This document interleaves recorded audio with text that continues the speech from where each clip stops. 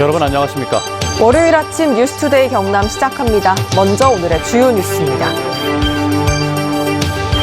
정부의 방역 수칙이 강화됐지만 윤상기 하동군수가 본인의 출판 기념회를 열어서 비판이 일고 있습니다. 최근 잇따르고 있는 남해안 굴 집단 폐사의 원인이 뚜렷하게 밝혀지지 않아 어민들의 시름이 깊어지고 있습니다.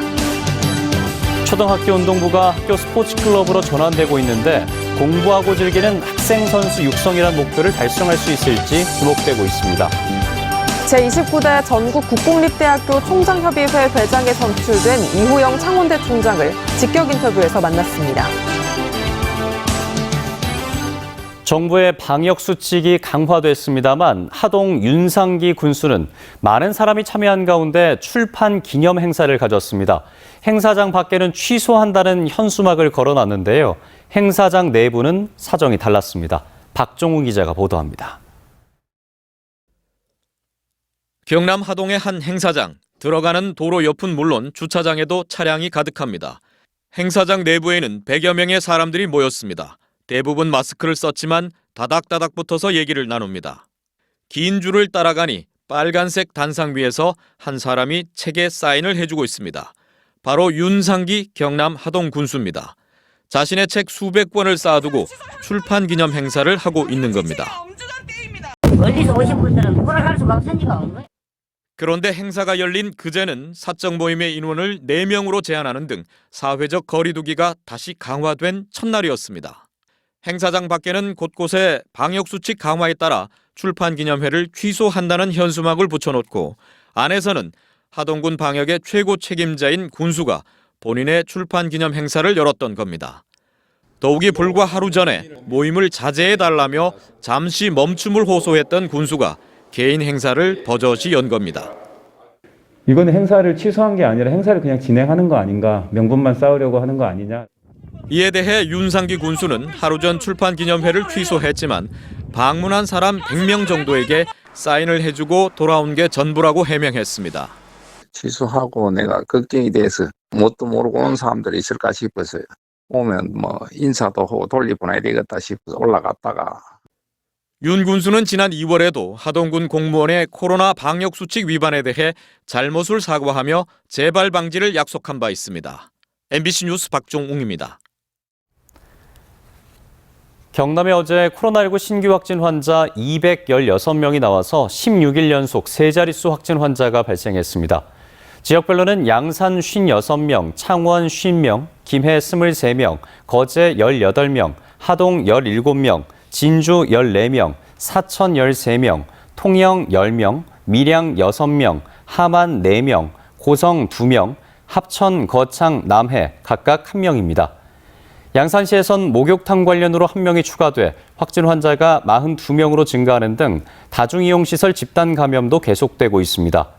경남에서는 보유 중인 1,500여 병상 가운데 88.2%인 1,300여 병상이 가동되고 있습니다. 최근 경남 남해안을 중심으로 굴 집단 폐사가 잇따르고 있습니다. 국립수산과학원이 조사 중이지만 뚜렷한 원인이 밝혀지지 않아서 어민들의 시름이 깊어지고 있습니다. 박준호 기자가 취재했습니다. 제철을 맞은 남해안의 굴 양식장입니다. 줄줄이 매달려 있는 굴에 알맹이는 없고 껍데기만 남아 있습니다. 통영과 고성 등 남해안 굴 양식장에서 집단 폐사가 발생하기 시작한 건 지난 10월부터. 피해가 심한 양식장은 70-80%가 폐사했는데 경남도에 신고된 사례만도 400건이 넘고 피해 추정액은 100억 원 안팎에 달합니다. 1년 농사가 아예 없는 거죠. 20년, 30년 하신 분들도 이 시기에 이만큼 주고 나가는 거는 처음이라고 하거든요. 국립수산과학원이 굴 폐사를 조사하고 나섰지만 원인은 오리무중입니다. 100건이 넘는 시료를 채취해 분석하고 있어 적지 않은 시간이 걸릴 것으로 예상됩니다. 일각에선 지난 여름 고수온 현상이 굴 폐사에 영향을 끼쳤다는 추측도 나옵니다. 하지만 최근 몇 년간 여름철마다 고수온이 이어진 데다 수확철인 겨울에 굴이 폐사했다는 점에서 고수온을 명확한 원인으로 보긴 어렵다는 지적도 있습니다. 질병적인 부분, 생물 상황 분석, 가능성 있는 부분들은 좀 최대한 다 열어두고 좀 분석을 해서 지금 찾으려고 하고 있는 상황입니다. 그동안 굴 집단 폐사는 명확한 원인을 밝히기 어려운 경우가 많았습니다. 보상을 받기도 쉽지 않은 데다 자칫 내년에도 이 같은 집단 폐사가 이어질 수 있어 어민들의 시름은 깊어가고 있습니다. MBC 뉴스 박주로입니다.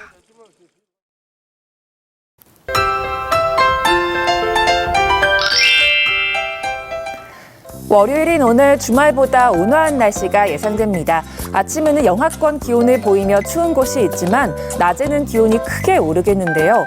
낮 기온이 어제보다 4에서 7도가량 높아 큰 추위는 없겠습니다. 오늘 창원의 아침 기온은 1도, 진주는 영하 3도, 함안은 영하 4도까지 떨어져 춥고요. 낮에는 창원 12도, 진주와 함안은 13도까지 오르면서 일교차가 매우 크겠습니다. 날씨가 따뜻해지니 전국 곳곳에 공기질이 말썽입니다. 오늘 전국 대부분 지역의 미세먼지 농도 나쁨 수준을 보이는 가운데 우리 지역의 미세먼지 농도는 대체로 보통 수준을 나타내겠습니다. 오늘 맑은 날씨 속에 가끔 구름이 지나겠습니다. 부산과 울산 지역에는 건조특보가 발효된 가운데 각종 화재 예방에 신경 써주시길 바랍니다. 자세한 지역별 날씨입니다. 현재 기온 보시면 함안 영하 4도, 창녕 영하 3도, 양산은 영하 1도에서 시작하고요. 낮에는 밀양 12도, 양산은 13도까지 오르겠습니다. 거창의 아침 기온 영하 3도, 산청은 영하 2도에서 시작합니다. 낮에는 거창 11도, 합천은 12도까지 오르면서 평년 기온을 웃돌겠습니다. 바다의 물결은 최대 2.5m까지 비교적 높게 일겠고요. 동해남부 먼바다에는 풍랑주의보가 발효 중인 가운데 이 특보는 오전 중에 해제될 것으로 보입니다. 모레까지 평년 기온을 웃도는 온화한 날씨가 이어질 것으로 보입니다. 당분간 맑은 날씨도 전망되겠습니다. 날씨 정보였습니다. 소수 엘리트 위주로 운영해온 전남 지역 초등학교 운동부가 누구나 참여할 수 있는 학교 스포츠 클럽으로 전면 전환됩니다. 코로나19 장기화로 학교에서의 신체 활동이 줄면서 발생한 학생들의 무기력과 체력 저하, 또 비만 등의 문제를 해결할 수 있을지 주목됩니다. 양현승 기자입니다. 전남의 초등학교 운동부는 축구와 야구 등 113개 팀, 900여 명의 초등학생들이 선수로 뛰고 있습니다. 전남의 초등학생들은 운동부가 있는 학교로 진학하지 않는 경우 전문적인 운동을 접하기 어려웠습니다. 앞으로는 전남의 초등학교 운동부가 누구나 참여할 수 있는 학교 스포츠 클럽으로 전환됩니다. 특정 학교 소속이 아닌 지역 기반의 스포츠 클럽으로 운영함으로써 보다 많은 학생들이 방과 후에 운동을 접할 수 있도록 하기 위해서입니다. 운동하는 학생의 저변을 확대하고 학업과 운동을 병행함으로써 다양한 진로 진학 기회를 제공하도록 하겠습니다. 모든 학교의 학생자치위원회를 구성해 교내 스포츠 클럽을 운영하는 등 학생 중심의 활동을 늘리고 학생 선수가 대회 출전 훈련 등으로 학습권을 침해받지 않도록 학력 보장 프로그램은 강화됩니다. 특히 스포츠클럽 활동 예산을 학교 기본 운영비로 지급하면서 학부모들의 부담도 줄 것으로 기대됩니다. 공부하는 학생 선수 육성을 위해 최선을 다할 것이며 운동을 함으로써 신체적, 정신적 건강을 일궈내고 전라남도 교육청과 전남체육회가 오는 2023년까지 초등운동부의 스포츠클럽 전환을 공동 추진하는 가운데 각급 학교에서는 아침과 점심, 쉬는 시간을 활용한 매일 체육활동과 안전교육 등이 확대될 예정입니다. MBC 뉴스 양현승입니다. 이어서 직격 인터뷰 시간입니다. 오늘은 제29대 전국 국공립대학교 총장협의회 회장에 선출된 이호영 창원대 총장을 만났는데요. 코로나19와 학령인구 감소에 따른 지방 국공립대 생존 전략과 또 창원 의과대학 설립, 또 공유대학 과제 등에 대한 생각을 들어봤습니다. 부정석 기자입니다. 네, 안녕하십니까, 총장님. 코로나 장기화와 학령인구 감소 등 어려운 상황 속에서 전국 국공립대학교 총장협의회 회장을 맡으셨는데요. 그만큼 부담도 크실 것 같습니다. 각오 한 말씀 부탁드리겠습니다.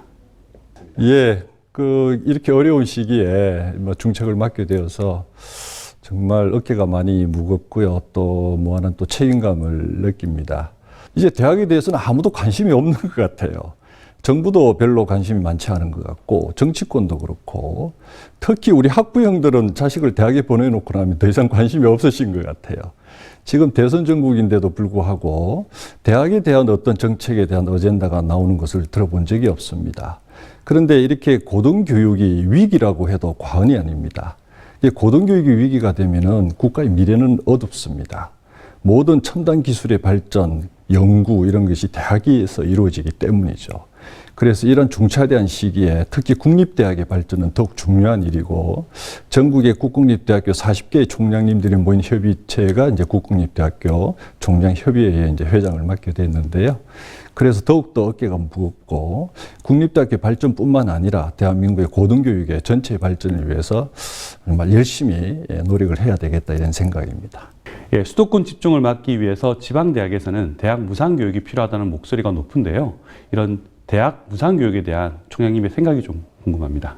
우리나라의 경제력에 비해 보면은 충분히 할 수 있다고 생각합니다. 그런 차원에서 무상교육은 앞당겨져야 되고요. 이게 그렇지 않으면은 여러 가지 어려움이 많이 생기게 됩니다. 대한민국의 재정 규모나 또 세계적인 경제력이나 또 국민들의 열망, 또 교육의 중요성에 미뤄본다면은 대학 교육의 무상뿐만 아니라 전 교육은 국가가 다 책임진다는 그런 생각으로 무상교육은 한시바삐 이루어져야 된다라고 생각을 합니다. 특히 국립대학교의 무상교육은 이미 아마 거의 반 정도는 무상이라고 해도 과언이 아닙니다.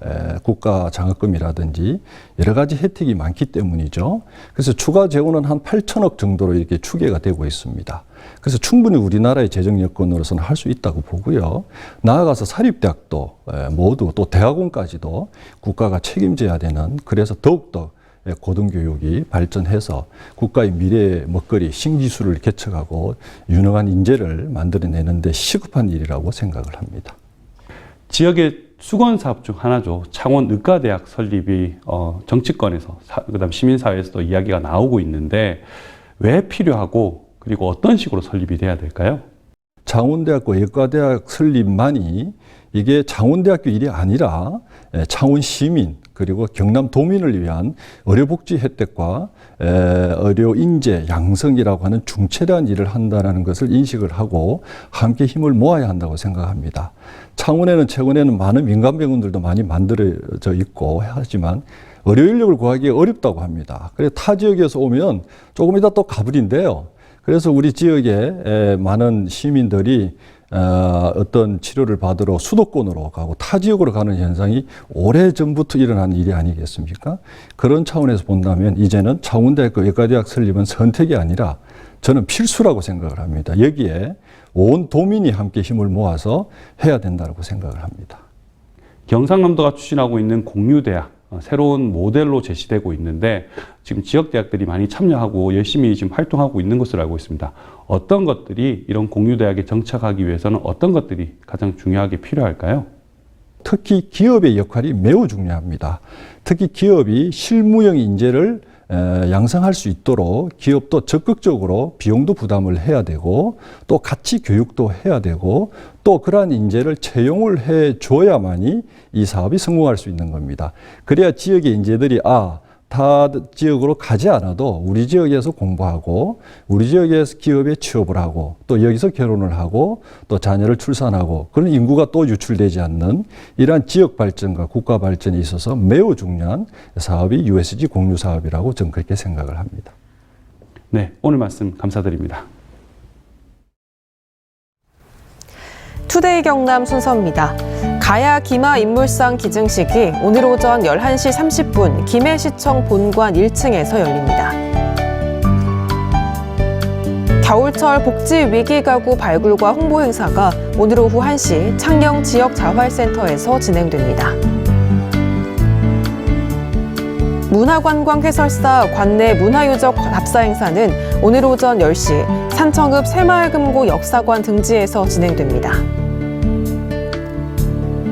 제10회 농업인대상 심사위원회가 오늘 오후 2시 거창군 농업기술센터에서 예정돼 있습니다. 사천시 비정규직 근로자 지원센터 수탁기관 선정위원회가 오늘 오후 3시 사천시 부시장실에서 열립니다. 통영에서 끊긴 대전 통영고속도로의 거제 연장 축구 서명에 거제 시민의 25%인 6만여 명이 참여했습니다. 거제시는 거제시 발전연합회로부터 받은 거제 통영고속도로 조기 개설 축구 서명지를 국토교통부 등에 전달하고 시민의 염원이 빠른 시일 내에 이루어질 수 있도록 행정력을 집중하겠다고 밝혔습니다. 6.25 한국전쟁 전후 군경이 자행한 함양 양민 학살 사건 희생자와 유족을 위로하는 추모공원이 함양군 수동면 도북리에 조성됐습니다. 당시 함양 지역에선 9개 읍면 주민 80여 명이 빨치산을 도왔다는 명목으로 집단으로 학살됐고 보도연맹원과 연고가 없는 이들까지 포함하면 모두 300여 명이 군경에 의해서 희생된 것으로 추산되고 있습니다. 지난달 경남의 수출이 월간 57억 달러를 기록해서 2017년 7월 이후 최대치를 기록했습니다. 한국무역협회 지자체 수출입 통계에 따르면 지난달 경남의 수출은 지난해 같은 기간보다 115.8% 증가한 57억 달러로 올해 3월부터 9개월 연속 증가세를 보였으며 경남 주력 수출 품목 가운데 특히 선박 수출 증가세가 두드러진 것으로 나타났습니다. 경남 한방항로화연구원이 산청군 양잠 농협에 홍잠을 활용한 숙취해 소재 제조 기술을 이전하기로 했습니다. 홍잠은 고치를 짓기 이전에 누에를 쪄서 건조한 것으로 간 질환과 치매 예방, 파킨슨병 억제 등의 효과가 있어 차세대 건강기능식품의 원료로 주목받고 있습니다. 기술 이전을 통해 산청 양잠 농협은 숙취해 소재 솔루션을 홍보하고 판매할 계획입니다. 국립수산과학원은 넙치와 전복의 유전체 정보를 활용한 유전자 칩을 개발했다고 밝혔습니다.